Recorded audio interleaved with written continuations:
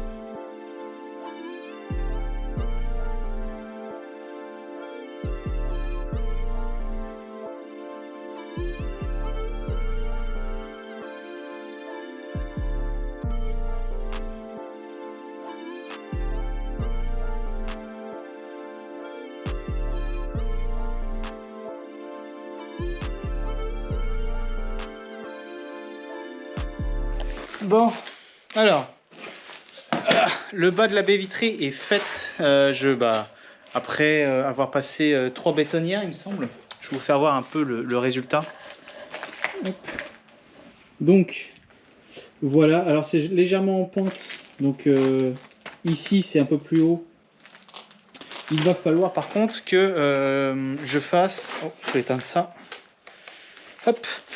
Il va juste falloir que je me débrouille pour faire une lichette de ciment pour être sûr que la pente soit bonne partout, parce qu'il y a des endroits où il y a l'ancien seuil de porte qui me gênait. En fait, non, c'est pas le seuil de porte, mais c'est l'ancien chemin béton qu'il y a autour de la maison qui me gênait à un moment.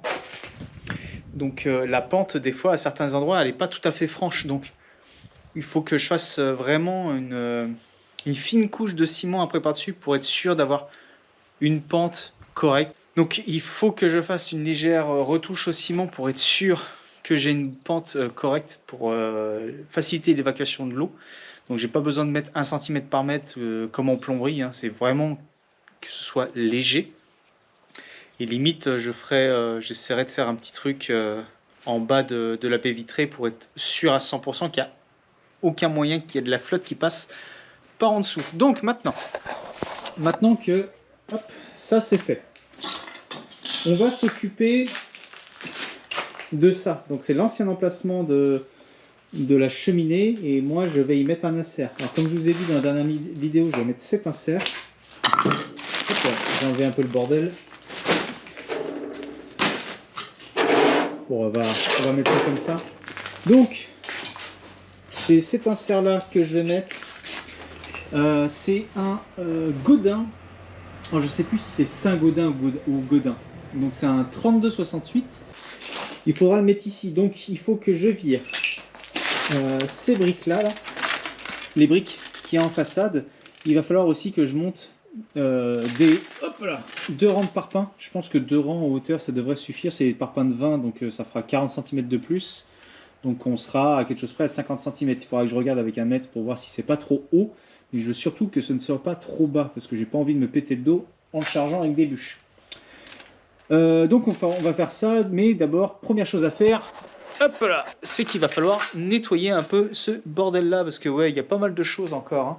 Il y a tous les anciens accessoires de l'ancien conduit de cheminée qu'il faut que je vire. Et après, on s'attaque à la brique, et si j'ai le temps, normalement, oui, je pourrais commencer à m'occuper des rangs de parpaings ici. C'est parti!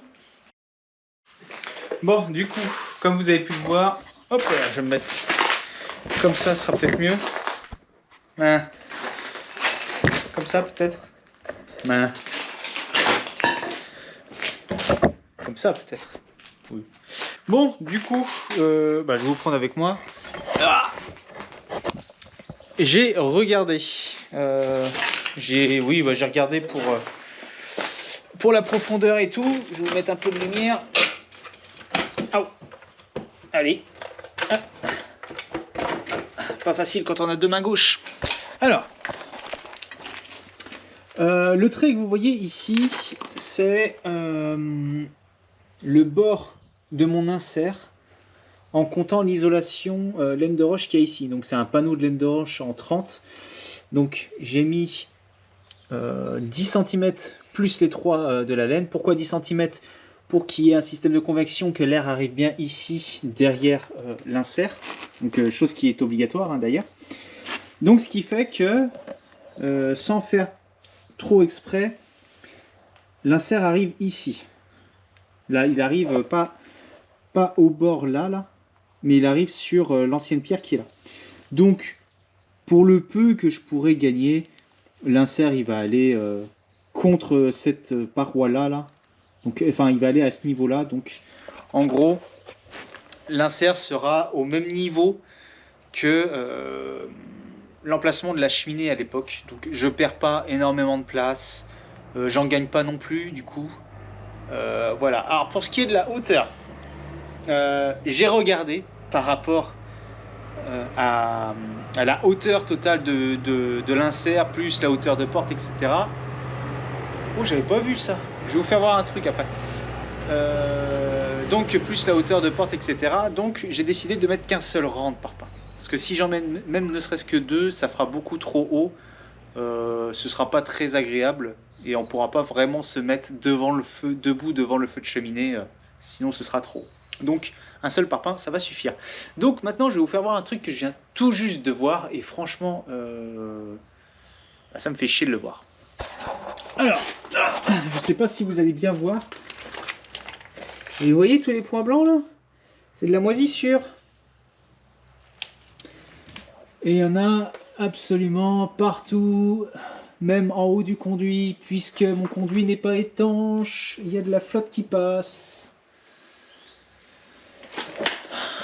Donc, il va être temps de faire une flambée là-dedans, pour enlever l'humidité puis ces champignons là. Parce que je suppose que si je mets ma laine de bois par-dessus, elle va choper l'humidité et plus les champignons avec, ça va pas être terrible. Bon bref, on va mettre du coup notre rang de parpaing. Et puis je vais peut-être même commencer pour voir pour le coffrage après du support de la cheminée, enfin du support de l'insert. C'est parti.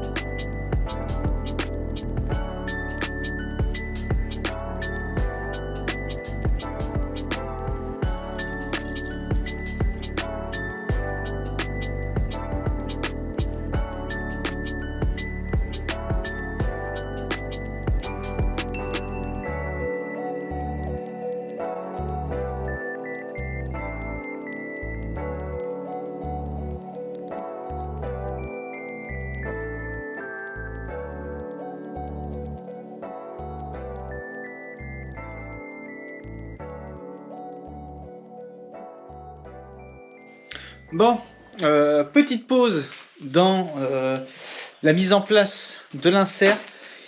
Demain, il y a, comme je vous ai dit dans la dernière vidéo, demain, il y a les sous-traitants d'Enedis qui passent à la maison pour mettre le compteur, enfin pour changer de place le compteur. Et pour ce faire, il faut que ce mur-là soit isolé et plaqué.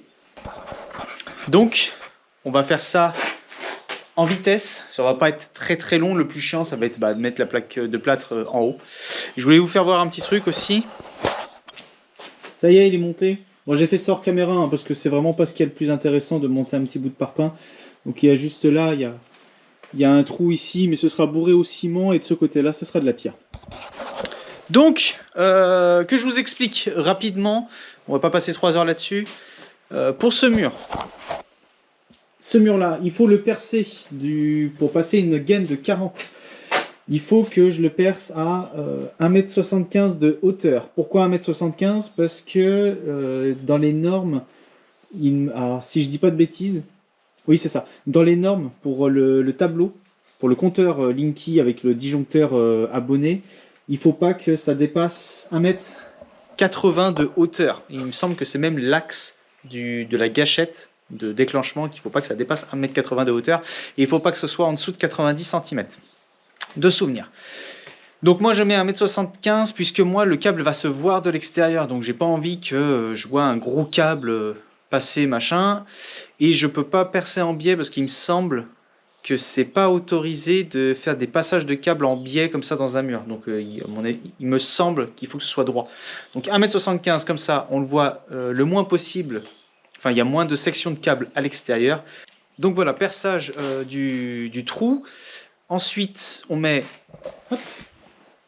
de la laine de bois de 120 sur ce mur-là, et on va mettre le frein vapeur, et ensuite on mettra la fourrure avec le système Optima. Alors, je dis système d'Optima, mais c'est pas de l'Optima. Hein. La marque c'est... Attendez, je vais vous en sortir un. Hop. La marque c'est Zifor. Toc. Donc, on va voir. On va voir ce que ça donne, mais pour avoir testé à blanc sur une des fourrures, c'est impossible que ça s'enlève. Hein. Franchement, ça a l'air pas mal. Allez, je vous mets dans un coin et puis on s'occupe de ça.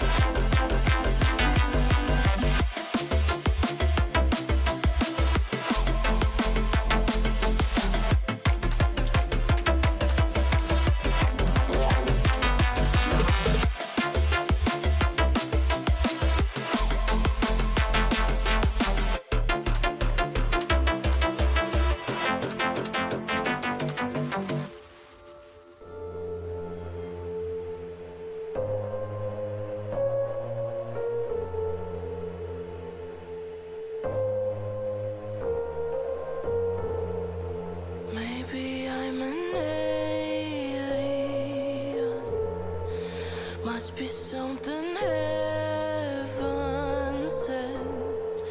Payback for the love I spent.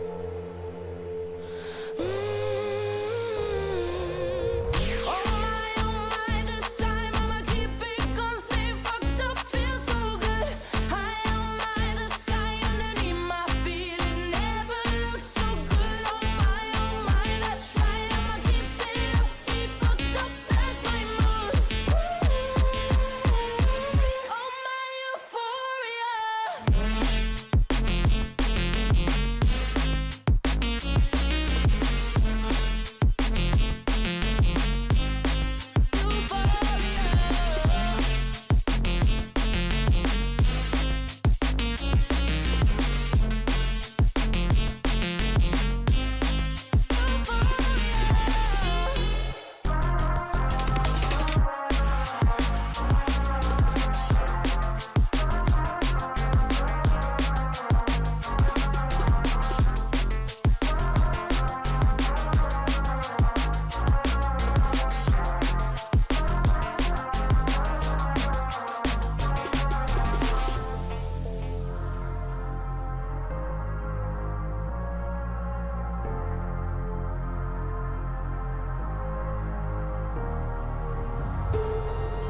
Pretty close to heaven now. Moments of euphoria. I am never coming down.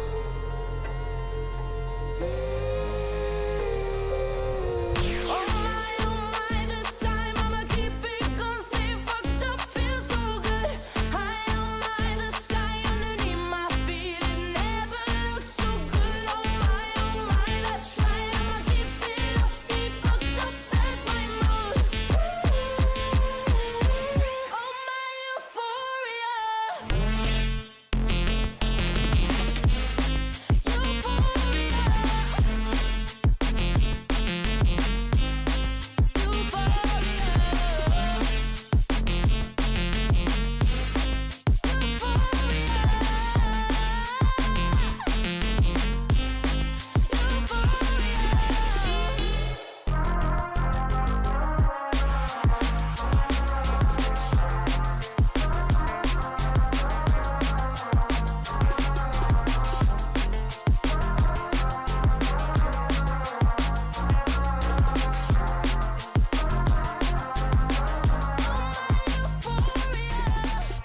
Bon, avec ce temps agréable, le Linky, la GTL est posée. Alors, on va discuter 5 minutes, je vais vous parler un peu de mes péripéties.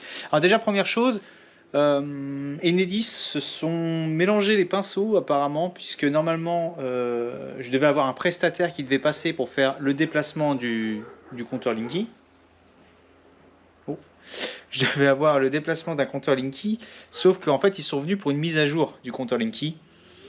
Quand il n'y a pas de courant, c'est difficile de faire une mise à jour. Donc, voilà ce que ça donne une fois fini. Donc en bas, c'est pas tout à fait à toucher au sol, c'est normal parce qu'il y aura le carrelage. La gaine de 40, comme demandé, qui passe à travers le mur pour pouvoir mettre la future arrivée électrique. Et elle va jusqu'en haut comme ça. Alors, je vais essayer de faire ça rapidement. Comme vous avez vu dans la vidéo, j'ai mis un système Optima pour fixer mes fourrures de placo. Enfin, c'est pas du Optima, c'est du Z4, je crois. Bref, on va dire système Optima, comme ça, tout le monde va savoir de quoi je parle. Donc j'ai mis ça. L'isolation qui est sur ce mur-là, du coup, l'isolation qui est sur ce mur-là, c'est du 120. Donc, je regarde avec mes petites mimines sur le clavier qu'est-ce qu'il me faut du coup pour de l'isolation de 120 pour des appuis intermédiaires. Je pense qu'il y en a certains qui doivent voir venir où je veux en venir. Donc je regarde, je vois Z4 120 mm, donc isolant 120 mm. Je dis bah nickel, c'est exactement ce qu'il me faut quoi. Donc je commande 2 boîtes. 2 boîtes à 85 € plus les petites pastilles d'étanchéité pour faire pour bien faire l'étanchéité avec le frein vapeur. Donc je fais ça, j'en ai pour à peu près 200 et quelques balles. Vient le moment de les installer. Alors, 120 mm, jamais de la vie en épaisseur d'isolation, jamais de la vie en laine de bois. Laine de verre, possible. Laine de bois, impossible. Et en gros, quand on regarde après sur le paquet, c'est dit que c'est des appuis intermédiaires donnés pour du 100 mm d'isolant à 120 mm d'isolant. En gros, c'est si vous avez de la laine de verre en 120 et que vous prenez des appuis intermédiaires en 120, ça va le faire parce que c'est assez bien compressible, il n'y aura aucun souci. Mais avec la laine de bois, c'est impossible. C'est vraiment impossible parce que c'est très peu compressible, puisque c'est déjà assez compact en soi.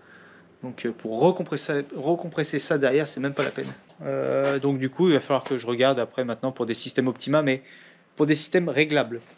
Donc je sais pas si vous êtes déjà fait avoir par ce système-là. Dites-le moi en commentaire, parce que je serais curieux de savoir, parce que peut-être que j'ai mal fait les choses ou peut-être que c'est indiqué quelque part, je sais pas. Mais dites-le moi toujours. Du coup, hors caméra, parce que en faisant ça, en attendant les prestataires d'Enedis qui devaient passer pour mon changement de compteur, je le rappelle, et ben je devais m'occuper. Hop. Alors voilà, j'ai mis l'insert au place avec un palan que j'ai accroché à une corde ici. Et j'ai réussi à le mettre là. Donc, comme promis, je vais vous parler un peu de cet insert. Alors, c'est un insert Godin, comme vous pouvez le voir, cette magnifique poignée. Hop. Donc, c'est un beau bébé. Hein. Il fait, il me semble, il fait 66 de haut sur 45 de profondeur. Il me semble, et ouais, c'est un truc comme ça. Du coup, c'est un insert que j'ai récupéré d'occasion, donc c'est un 13 kW. En mode normal, c'est un 13 kW. L'ancien propriétaire me disait qu'en mode boost, il pouvait monter jusqu'à 17 kW, mais j'y crois moyen. Déjà 13, c'est largement suffisant. Donc c'est un 3268, mais c'est un ancien modèle parce que l'évacuation des fumées se fait en 180. Donc ouais, j'ai chopé ça d'occasion à 120 €, il me semble. Quand on voit les prix de ces trucs-là neufs, même si ce modèle-là spécifiquement se trouve plus en neuf, il faut compter ouais, dans les 1300, 1400 € pour un truc équivalent, quoi. Donc j'avais fait une très bonne affaire à l'époque et je suis bien content qu'il soit maintenant installé. J'ai plus qu'à attendre une plaque aluminium que je vais mettre au-dessus de la cheminée pour faire l'étanchéité, et je pourrais mettre le conduit et puis faire quelques feux pour essayer d'assécher mon conduit qui, je rappelle, s'est reconverti dans la fabrication de Roquefort. Hein. Tous les petits pois blancs là, que vous voyez, c'est de la moisissure. Donc avec l'humidité, comme là c'est ouvert au vent, ça chope l'humidité, qui va, comme c'est de la terre, ça l'absorbe bien comme il faut. Du coup, la suite de la vidéo, eh ben, on va s'attaquer à la baie vitrée, hein, tout simplement, je pense. Et puis on va voir ce qu'on va faire ensuite, ce qu'il va falloir s'occuper, parce qu'il faut avancer quand même un minimum, pardon. C'est parti.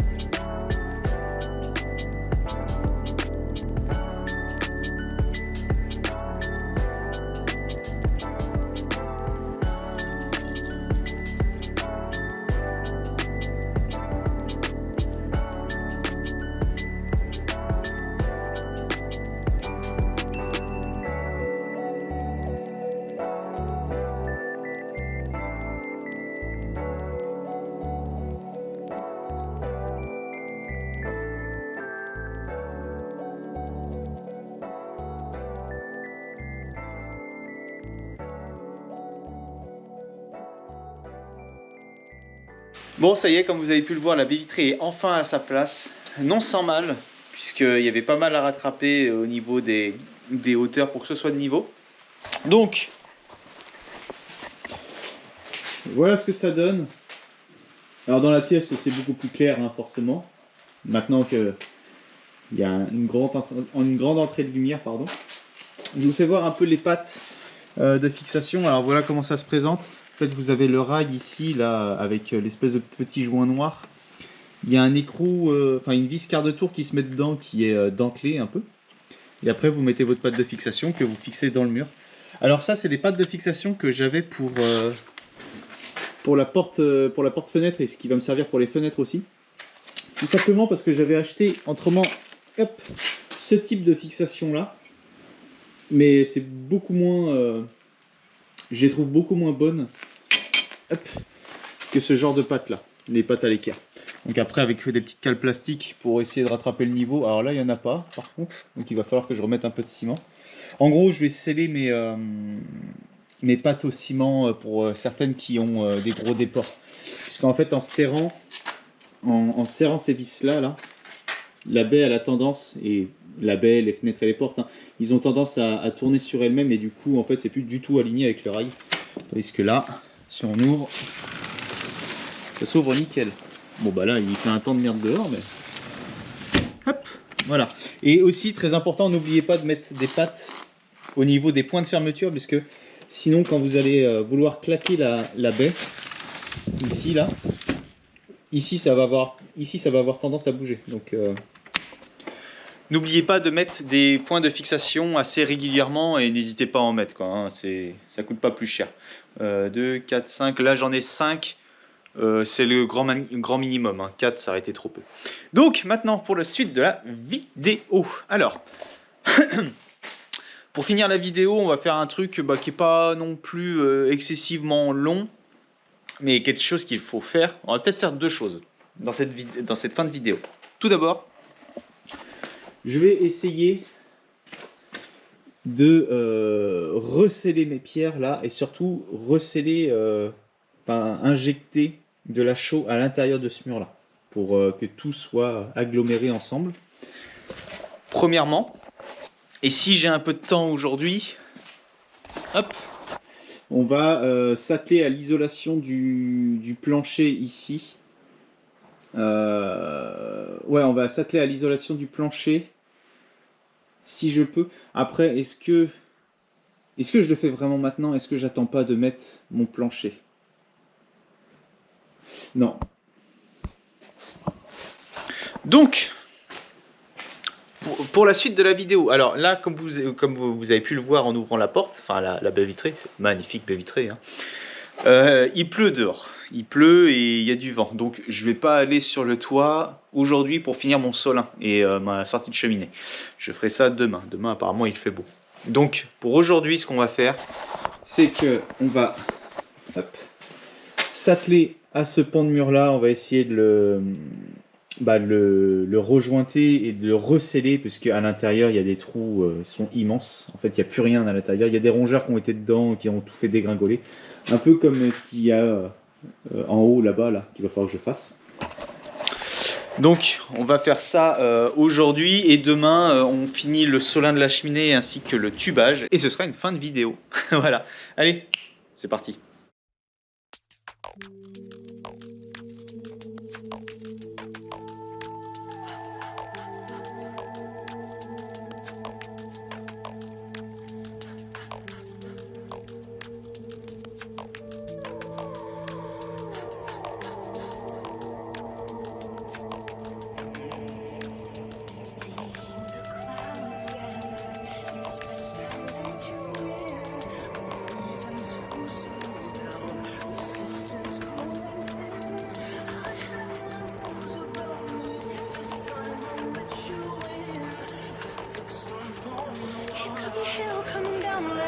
Soak into my skin.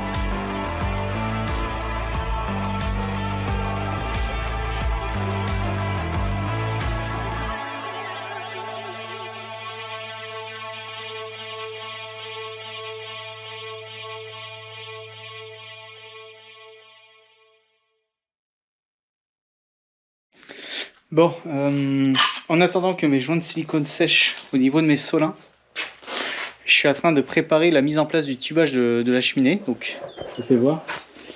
C'est un tubage de la TEN, la tôlerie émaillerie nantaise. C'est un tube de 180 double pot pré-isolé.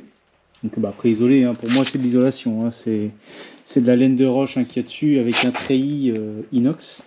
Donc j'ai été en haut, j'ai fait ma petite découpe à un peu plus de 180. Je sais pas si on va voir le soleil là-haut. Non. Donc j'ai fait ma découpe à un peu plus de 180, j'y ai passé une corde là. La corde est attachée avec une pince et tout là-dessus. Il n'y aura plus qu'à la tirer. Le problème c'est que je peux pas faire ça tout seul. c'est lourd comme pas possible. Donc je vais peut-être attendre du renfort pour le faire. Normalement, il y a mon père qui doit arriver dans pas si longtemps que ça, donc on va peut-être le mettre à deux. Je suis désolé, je peux pas vous filmer comme je veux l'installation là, parce que là-haut j'ai pas de place.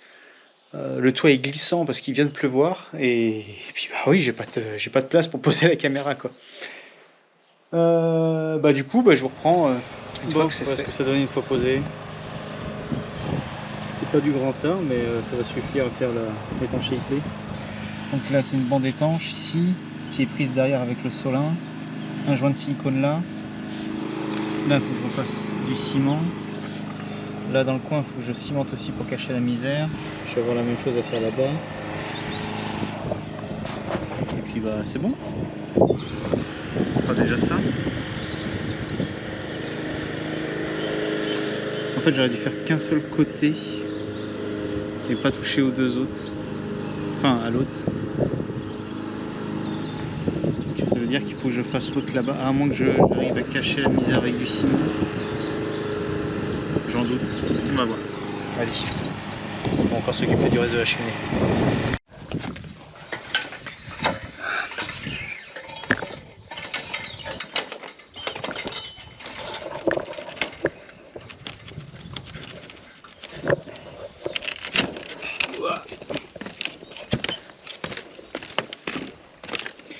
Bon, alors, je vous fais voir un peu. Il y a un demi-solin qui a été fait. Donc ici, là. Donc il a été jointé au silicone et après cimenté. Ici, ça a été cimenté. Là, j'attends de faire ce bout-là parce que j'ai peut-être le solin du bas là que je vais peut-être refaire là, parce qu'il me plaît pas trop. Hop, et voilà la cheminée. Donc du coup à l'origine c'était une plaque alu que j'avais mis et du coup ça m'allait pas, donc j'ai décidé de cimenter ça. Pour mettre le tubage aussi c'était une sacrée galère, ça passe tout juste dans le conduit, c'était chaud. Bon on se retrouve en bas pour la conclusion, c'est parti. Et voilà, c'est ici que la vidéo s'achève sur la fin de la pose du conduit de cheminée et le scellement des solins de cheminée. Voilà le résultat. Hop. Petit feu. Franchement celui-là il fait plaisir. C'est dommage qu'il arrive aussi tard, mais bon, le résultat est là et franchement ça fait du bien de le voir. Bon, j'espère que cette vidéo vous aura plu. Pour la prochaine fois, ce qu'on va faire, c'est que on va s'occuper de la fin de la pose des solivages. Donc voilà, donc dans la prochaine vidéo, ce qu'on va faire, c'est qu'on va s'occuper de la fin des solivages dans cette pièce. On va faire ça et on va s'occuper aussi des deux dernières fenêtres que j'ai à changer. Enfin, deux dernières fenêtres. Des deux fenêtres que j'ai à changer dans la cuisine et dans la salle à manger. Donc ça promet encore quelques avancées majeures dans la rénovation. Ce qui est bien, c'est que là, on commence à voir des changements notables. Donc ça devient encourageant, on va dire. Donc, n'hésitez pas à vous abonner, à liker, à commenter et à partager cette vidéo si elle vous a plu. Quant à moi, je vous dis à la prochaine pour justement la suite du chantier. Allez, salut!